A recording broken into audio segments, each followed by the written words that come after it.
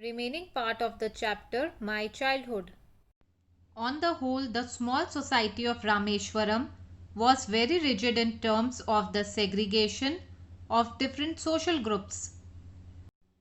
Rigid का मतलब होता है strict या कठोर. Segregation का मतलब होता है separation या अलग करना. कुल मिलाके रामेश्वरम की छोटी सी सोसाइटी अलग अलग सोशल ग्रुप्स के सेपरेट या अलग होने के नाम पर बहुत स्ट्रिक्ट थी. यानी कि कोई भी सोशल ग्रुप अलग नहीं था. However, my science teacher Siva Subramania Iyer, though an orthodox Brahmin with a very conservative wife, was something of a rebel. Orthodox का मतलब होता है कट्टर या वो जो अपने धर्म को स्ट्रिक्ट तरीके से फॉलो करता है. कंजर्वेटिव का मतलब होता है रूढ़िवादी, वो जो अपने ट्रेडिशंस को ना बदले. रेबल का मतलब होता है खिलाफ होना. अब्दुल कलाम के साइंस टीचर का नाम सिवा सुब्रमनिया अय्यर था. वो एक कट्टर ब्राह्मण थे, यानी कि वो अपने धर्म को स्ट्रिक्टली फॉलो करते थे, पर वो रिबल यानी कि विद्रोही नेचर के थे. उनकी पत्नी बहुत ट्रेडिशनल थी और अपने ट्रेडिशंस को बदलना नहीं चाहती थी. He did his best to break social barriers so that people from varying backgrounds could mingle easily. Barriers का मतलब होता है रुकावट. Varying मतलब डिफरेंट या अलग. Mingle मतलब मिक्स होना या मिलना. सिवा सुब्रमनिया अय्यर कास्ट के नाम पर भेदभाव के खिलाफ थे. उन्होंने इस सोशल रुकावट को तोड़ने के लिए बहुत मेहनत की ताकि डिफरेंट कास्ट के लोग आपस में आसानी से मिल सकें. He used to spend hours with me. वो अब्दुल कलाम के साथ घंटों बिताते थे. And would say, Kalam, I want you to develop so that you are on par with the highly educated people of the big cities. On par with का मतलब होता है बराबर लेवल पर. वो कहते थे कि कलाम, मैं चाहता हूं कि तुम इतनी तरक्की करो ताकि तुम बड़े शहरों के बहुत पढ़े लिखे लोगों के बराबर लेवल पर आ सको. One day he invited me to his home for a meal. एक दिन सिवा सुब्रमनिया अय्यर ने अब्दुल कलाम को अपने घर खाना खाने के लिए बुलाया.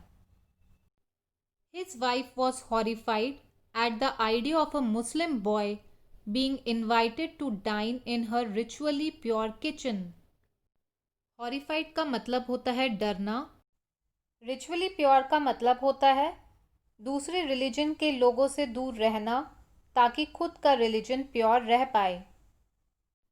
उनकी वाइफ ट्रेडिशनल थी, यानी कि अपने धर्म को बहुत ज़्यादा फॉलो करती थी. वो बहुत डर गई जब उन्हें पता चला कि एक मुस्लिम लड़का उनकी पवित्र किचन में खाना खाने के लिए बुलाया गया है. उनकी किचन में दूसरे रिलीजन का कोई भी आदमी अलाउड नहीं था.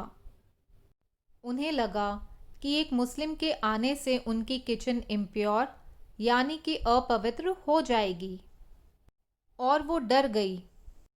She refuse to serve me in her kitchen.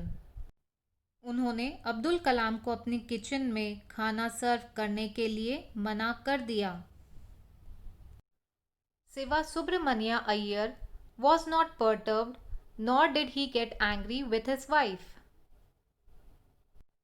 Perturbed का मतलब है disturbed या परेशान होना. सिवा सुब्रमनिया अपनी वाइफ के इस व्यवहार से बिल्कुल भी परेशान या गुस्सा नहीं हुए.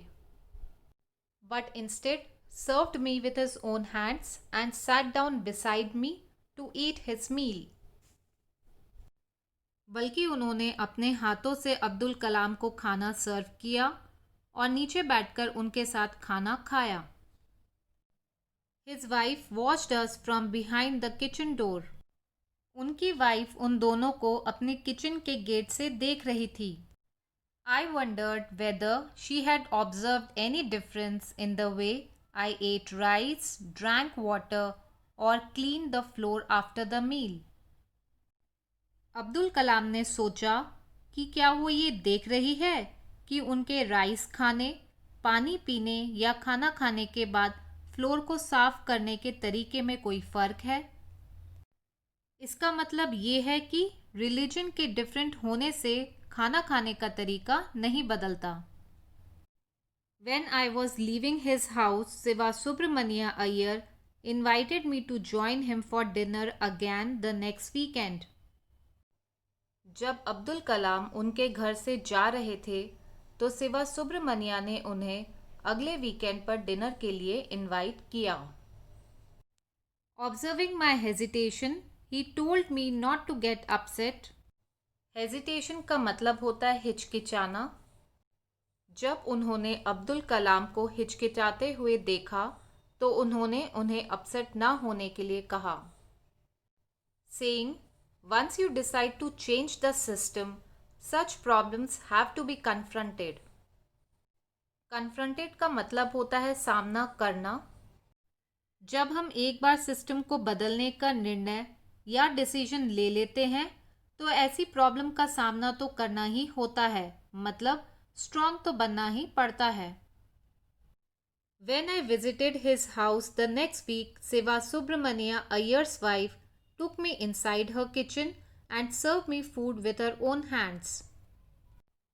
जब अब्दुल कलाम अगले वीक सिवा सुब्रमनिया के घर गए तो उनकी वाइफ उन्हें अपनी किचन में लेकर गई और अपने हाथों से उन्हें वहीं खाना सर्व किया। सिवा सुब्रमनिया अय्यर की वाइफ अब्दुल कलाम को खाना सर्व करते हुए। Then the Second World War was over and India's freedom was imminent. Imminent का मतलब होता है बहुत जल्दी, पक्का से होने वाला। 1945 में सेकेंड वर्ल्ड वॉर खत्म हो गया था और अब इंडिया को फ्रीडम जल्दी ही मिलने वाली थी। Indians will build their own India, declared Gandhi ji. Gandhi ji ने घोषणा की कि इंडियंस अपनी इंडिया खुद बनाएंगे। The whole country was filled with an unprecedented optimism. Unprecedented का मतलब होता है जो पहले कभी नहीं हुआ हो। ऑप्टिमिज्म का मतलब होता है होप से भरा हुआ। सारी इंडिया होप और खुशी से भर गई। पहले कभी ऐसा महसूस नहीं किया गया था। सब फ्रीडम को लेकर होप से भरे हुए थे। I asked my father for permission to leave Rameswaram and study at the district headquarters in Ramanathapuram. Permission का मतलब होता है अनुमति। अब्दुल कलाम ने अपने फादर से रामेश्वरम को छोड़कर जाने की परमिशन मांगी ताकि वो रामानाथपुरम के डिस्ट्रिक्ट हेडक्वार्टर्स में पढ़ाई कर सकें। Ramanathapuram. He told me as if thinking aloud, Abdul, I know you have to go away to grow. उन्होंने कहा, अब्दुल, मुझे पता है कि तुम्हें आगे बढ़ने के लिए जाना है। Does the seagull not fly across the sun, alone and without a nest? Seagull एक बर्ड का नाम है। इसे सीगल कहते हैं। नेस्ट का मतलब होता है घोंसला। उन्होंने कहा, क्या सीगल आसमान में अकेले बिना नेस्ट के नहीं उड़ती? मतलब कि अब्दुल कलाम को भी ऐसे ही आगे बढ़ना है बिना किसी सहारे के। He quoted Khalil Jibran to my hesitant mother. Khalil Jibran एक राइटर थे। उन्होंने चिल्ड्रन पोएम लिखी थी। ये लाइंस उसी में से कही गई हैं। Picture of Khalil Gibran. Hesitant का मतलब होता है जो डिसाइड या निर्णय नहीं कर पाए। कलाम की मदर को, जो कलाम के जाने से परेशान थी, मनाने के लिए कलाम के फादर ने खलील जिब्रान की ये लाइंस कहीं।